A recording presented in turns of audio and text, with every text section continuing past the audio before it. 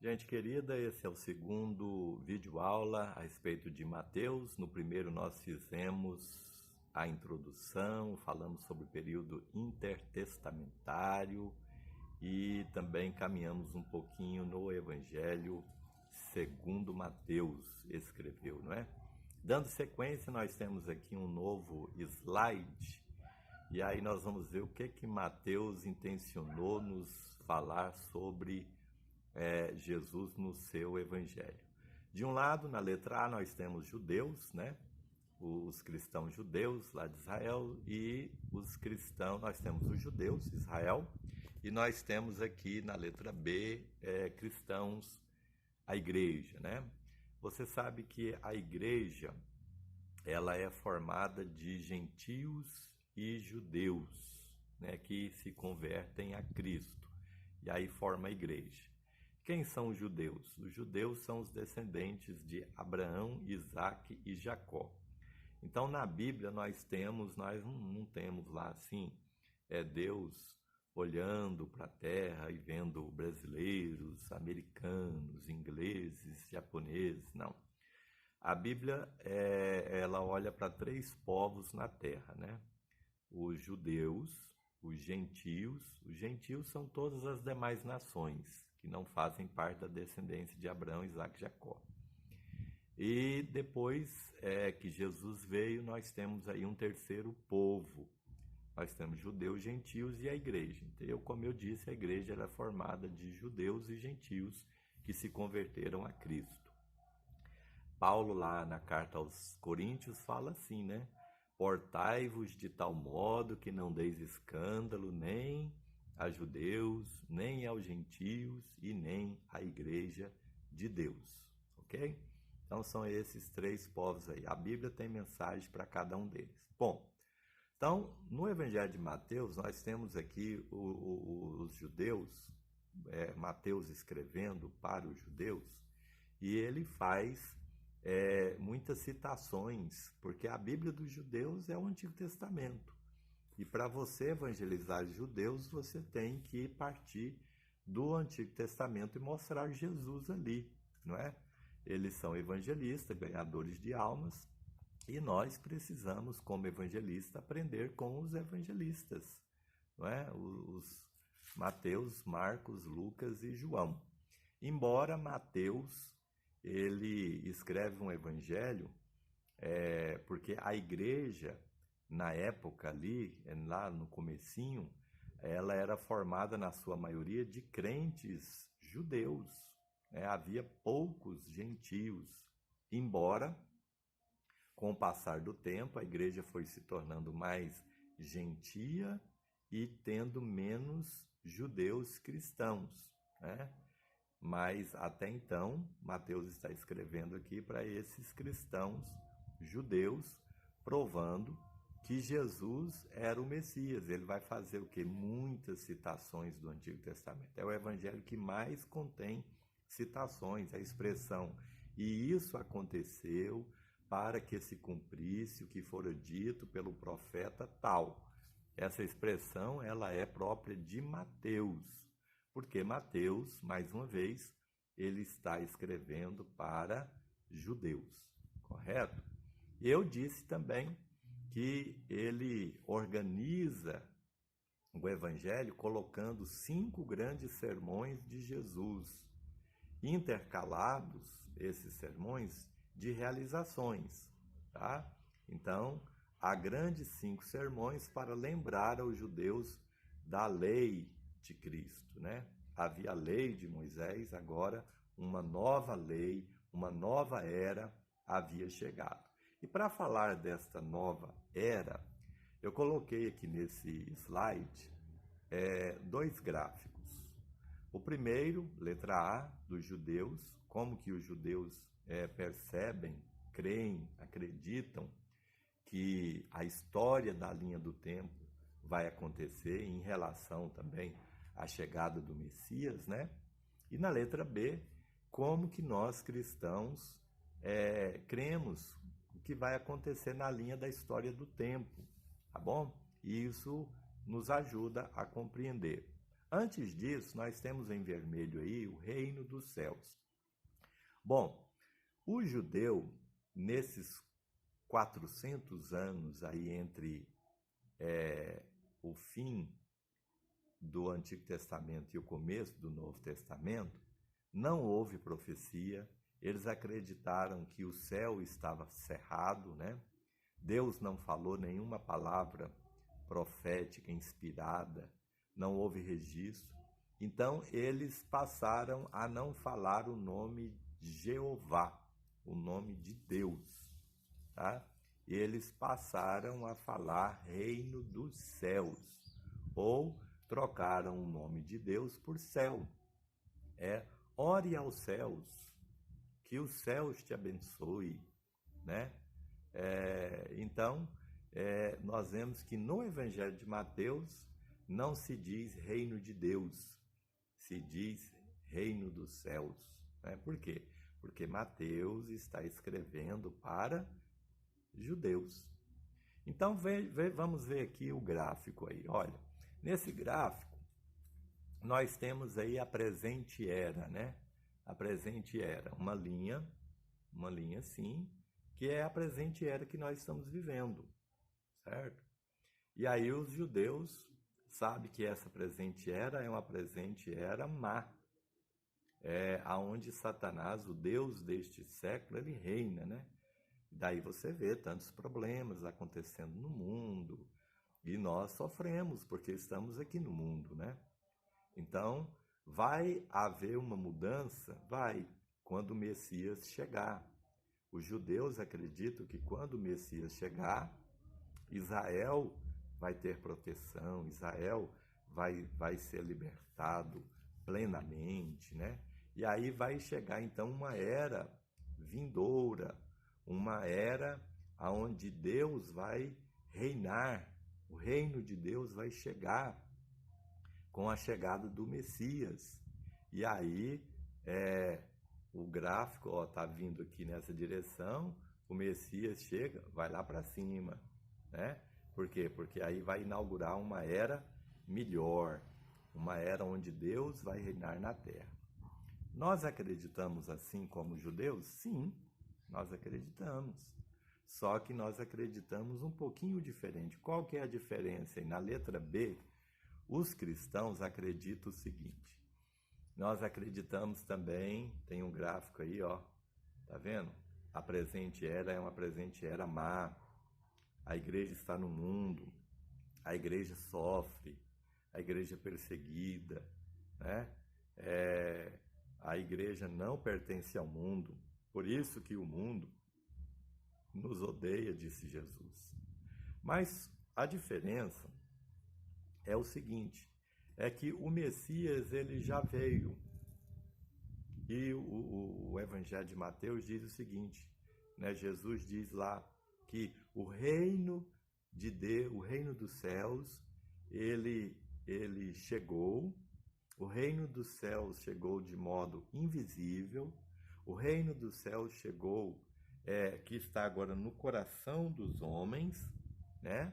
Daqueles que creem, daqueles que se voltaram para Deus. Então, o reino de Deus, no reino dos céus, ele, com o Messias, ele já foi inaugurado, mas ele não é ainda pleno, ele ainda não se visibilizou, ele ainda não se instalou plenamente no mundo. Então, nós temos aqui duas linhas. A presente era má, onde Satanás continua sendo o Deus deste século, mas também nós temos já a chegada do Messias, inaugurando o reino dos céus espiritualmente, no coração dos crentes, daqueles que se converteram a Cristo. Por que que Israel não entrou nesse reino de Deus com a chegada do Messias? Porque eles não aceitaram o Messias, porque eles não entenderam o Messias. Israel, para entrar no reino de Deus, precisava de arrependimento. Jesus disse, olha, arrependei-vos porque é chegado o reino dos céus. Eles achavam que eles já estavam preparados, né, para a chegada do Messias, mas eles não estavam espiritualmente preparados. Então, para entrar no reino de Deus, você precisa se preparar espiritualmente, e esse preparo vem através do arrependimento, da conversão. Por isso que Jesus disse: arrependei-vos, porque é chegado o reino dos céus. Então, hoje nós, como igreja, como cristãos, né, crentes em Jesus Cristo, nós estamos vivendo no reino e, ao mesmo tempo, nessa presente era má. Por isso que é esse conflito. Dentro do coração do cristão, a alegria. Nós somos templo do Espírito Santo. O reino de Deus, ele chegou para nós de forma interna, dentro dos nossos corações. Nós já estamos vivendo a vida eterna.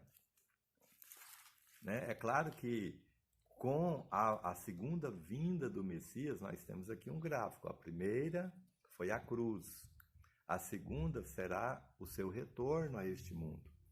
Aí sim, aí vai acabar essa presente era, porque nós vivemos aqui, ó, na má era e no reino de Deus.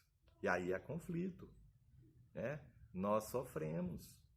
A igreja está sofrendo. Por um lado, ela se alegra. Por um lado, ela se regozija. Por um lado, ela é cheia de Deus, do Espírito Santo. Mas, por outro lado, ela não faz parte desse mundo, né? Então, há um conflito aqui nessa era. Essa é a nossa diferença entre o que nós acreditamos diante de judeus. Porque quando Jesus voltar segunda vez, aí sim, aí o gráfico vai deixar de ser assim, Jesus volta, e aí o reino de Deus, ele se materializa. Deus vai reinar aqui, e a era vindoura, nós sabemos e acreditamos está chegando. Amém? Muito bem. Então, nós temos aqui mais um gráfico, estamos falando ainda de Mateus, certo?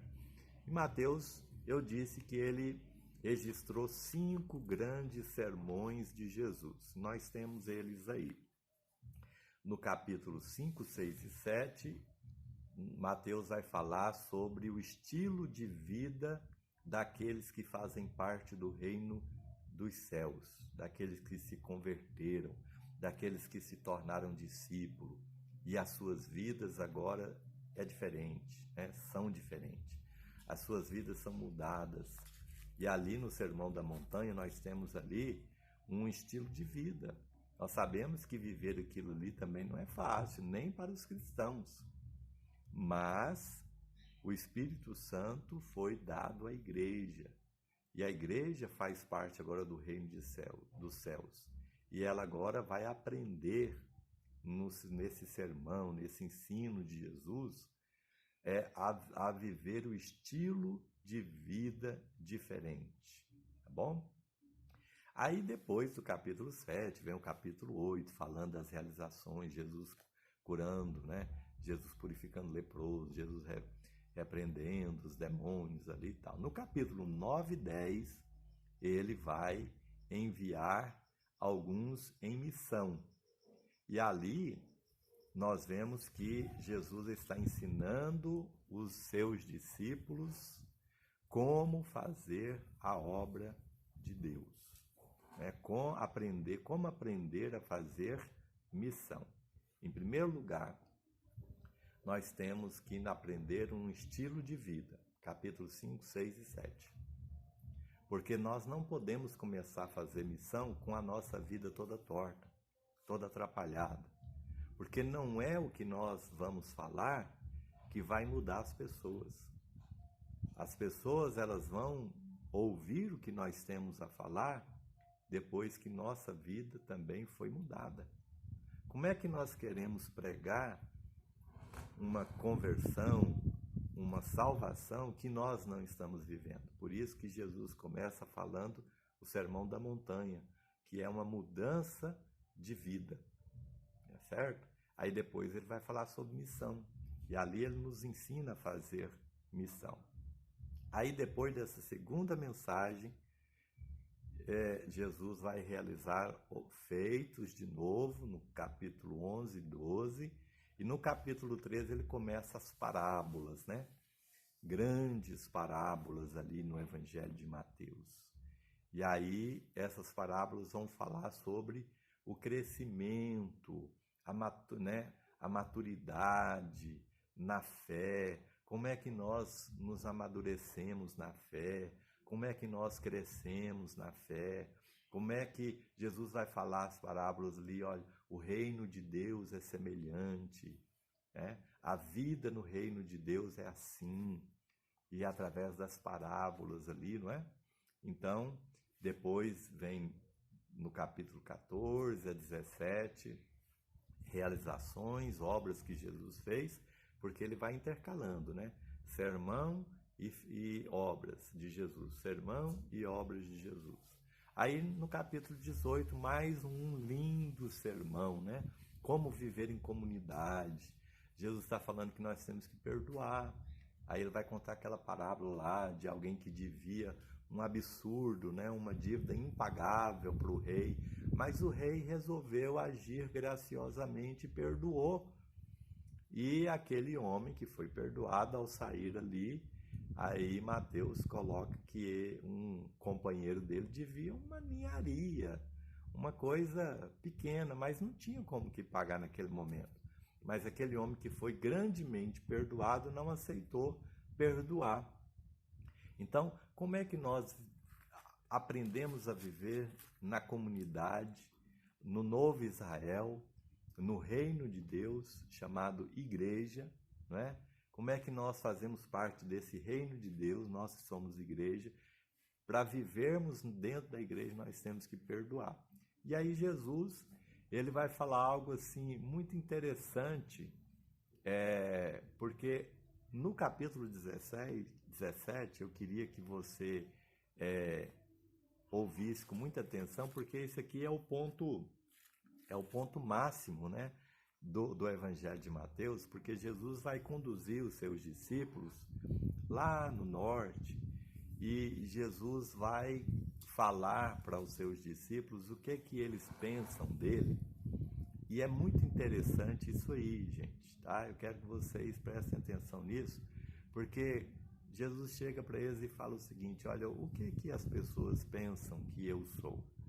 Aí os discípulos vão dizer, né? Olha, eles acham que tu és um profeta, que tu és isso, que tu és aquilo, tal. E aí Jesus diz para aqueles discípulos que já haviam andado com ele, já 3 anos, né?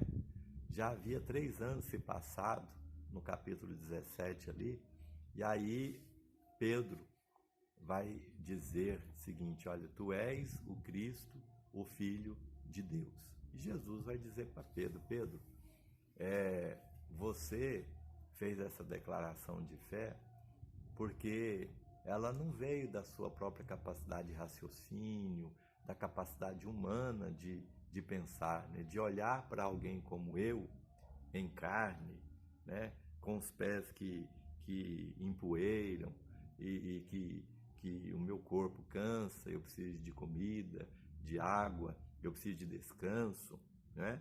Mas, e olhar para mim e ver que eu sou o Criador do universo, o Criador da natureza, o Criador dos homens, e você fazer essa declaração, essa revelação só vem de Deus, né? E bem-aventurados são eles que recebem essa revelação. Então, quando os discípulos passaram a olhar para Jesus, não apenas como um profeta, não apenas como alguém que cura, expulsa demônio, cura enfermidade, limpa, purifica lepra, né? Mas olhar para ele como, além disso, como o Deus encarnado, o Emanuel, que se fez carne e está agora habitando entre os homens. Então, a partir dessa revelação, Jesus, até aqui, ele não havia falado duas coisas. Quais são elas? Jesus não havia falado da cruz, e ele vai falar agora, né? Ele vai falar que o Filho do Homem, ele vai para Jerusalém, e ali ele vai ser crucificado. E aí Pedro, que que deu aquela revelação, né, que falou sobre aquela revelação, tu és o Filho de Deus e tal. Agora ele fala de jeito nenhum, Jesus, tu não vai para a cruz não e tal. E Jesus o repreende, né? Para trás de mim, Satanás, que cogita das coisas dos homens e não das coisas de Deus. Então Jesus fala da cruz. Ele não falou da cruz até então, mas agora ele fala da cruz. A segunda coisa que até então Jesus não havia falado é igreja. Olha, a igreja, ela nasce da onde? Da obra da cruz, do derramar do sangue de Cristo, da onde nossos pecados foram purificados. A igreja nasceu daí, né? Então, a partir desse momento que a revelação Deus deu aos discípulos de que Jesus é o Filho de Deus, não é alguém que cura, só que cura, que faz milagres, mas é mais do que isso. Ele é o Filho de Deus. Aí Jesus então dá a revelação da cruz e dá a revelação da igreja. Só em Mateus aparece, dos 4 evangelhos, só em Mateus aparece a palavra igreja. E 2 vezes. Uma apareceu lá no capítulo 17, né? E outra aqui, ó, no capítulo 18, quando Jesus está falando da comunidade, né? Do 4º sermão dele. E então, uma vez ele falou da igreja, ele falou que vai edificar a sua igreja e as portas do inferno não prevalecerão contra ela. E é claro, Jesus está falando da igreja aí no sentido do mundo inteiro, né? A igreja de todos os lugares, de todas as épocas, né? Começando lá em Jerusalém até o final, não só aqui no Brasil, não só nos Estados Unidos, mas a igreja, né? Que é essa igreja espalhada em todos os lugares. Já no capítulo 18, Jesus fala de igreja num sentido diferente. Ele fala de igreja no sentido de comunidade, certo? Então ele vai falar que se você tiver uma questão com o irmão, você vai até ele, conversa com ele. Se o seu irmão te ouvir, você ganhou ele, né? Aí vocês resolveram as pendências, as picuinhas e tal. Se ele não ouvir, Jesus disse assim, olha, chama testemunhas, né? Faz aí um grupo de 2, 3 irmãos aí, vão lá. Ele ouviu, ganhou, maravilha. Não ouviu, aí qual o recurso que tem? É chegar para a igreja, né? E levar o assunto para a igreja. Bom, essa sentido de igreja aí é comunidade, gente. Não é aquela igreja de todos os tempos, de todos os lugares. Não. É a igreja comunitária, onde você congrega. Então, para Jesus, há a igreja que nós fazemos parte, né? Todos os salvos, todos os convertidos fazem parte da igreja invisível, de todos os tempos, de todos os lugares, mas há a igreja visível, que é aquela que você congrega, que é aquela comunidade, pequena ou grande, não importa, que você faz parte, que você tem lá um pastor, você tem lá um ministério, você faz parte, você é membro daquela igreja. E é naquela igreja ali que você tem que resolver as suas pendências. Jesus disse isso, tá? Então observe aí, 2 vezes aparece a palavra igreja em Mateus, só em Mateus, e essas 2 vezes que Jesus faz menção a ela, tem sentidos diferentes, tá bom?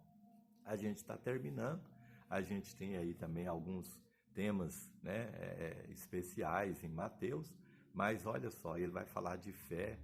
Mateus fala de fé, né? Não é uma fé que uma vez você levantou a mão e você está vivendo nessa fé de, para alguns, né, aceitou Jesus há 30 anos atrás. Não é essa fé que me salva. A fé que me salva é a fé do dia a dia.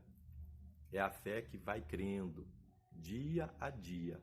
A fé de ontem já não serve para hoje, né? Salvação não é um dia você ter levantado a mão. Salvação é um relacionamento diário com Jesus. E Mateus nos ensina isso. Ele vai falar da justiça, não é? Que é você fazer.